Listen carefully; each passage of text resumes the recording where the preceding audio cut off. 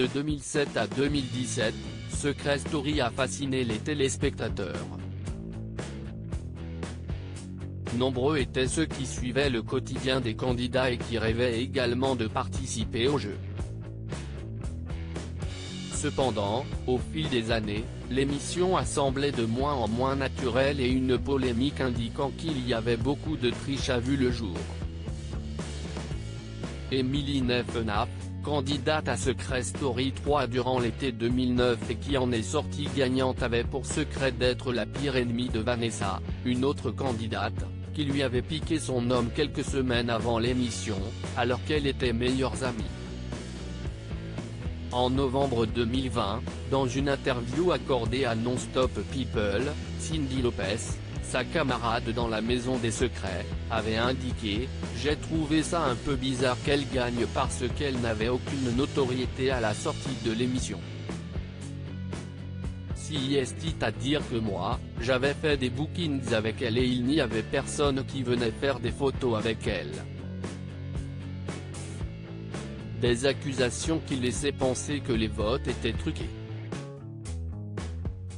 Émilie Neffenaf a donc souhaité répondre ce dimanche 31 janvier à Pure People en disant « Je ne travaille pas dans la fraude, elle non plus à ce que je sache.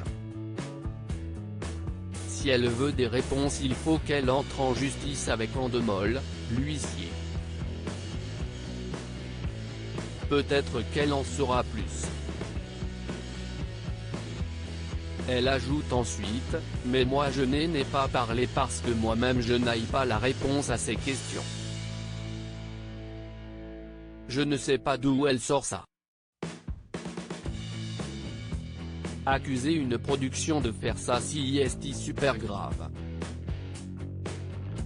Je les connais, ils ont un service juridique béton, je ne m'aventurerai pas là-dedans, je préfère ne pas relever. Elle conclut en disant « Elle pense ce qu'elle veut, personnellement je ne pense pas comme elle. » Si Cyndi Lopez semble vouloir exprimer le fond de sa pensée, ce n'est pas le cas d'Émilie Neffenaf. Je n'ai même pas envie d'entrer en guerre avec elle car ce serait lui donner du crédit, et je n'ai pas envie. Elle est capable de ressortir des vieux trucs qui peuvent blesser, affirme-t-elle d'abord.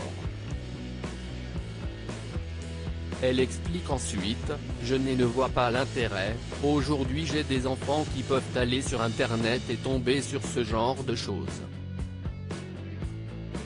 Je la connais, elle n'a pas de limite. Donc j'ai vu ce qu'elle a dit, oui ça m'a énervé, mais ça ne m'intéresse pas de répondre. Je ne suis pas une fille du buzz, je ne veux pas. Elle a tout de même souhaité répondre à sa camarade jeu en disant « Les gens m'ont suivi, j'ai eu des messages de gens qui me disaient avoir voté pour moi. » Elle rajoute également que, si elle veut me dire quelque chose, elle peut avoir mon numéro en 2 minutes.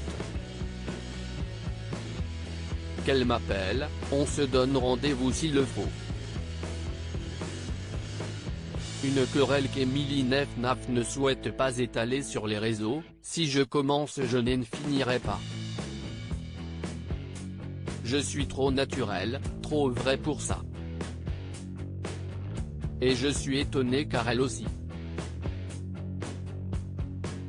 Une émission que l'on n'oublie pas malgré une polémique persistante durant de nombreuses années, Émilie Neffenaf a confié ne garder que le positif de sa participation à Secret Story.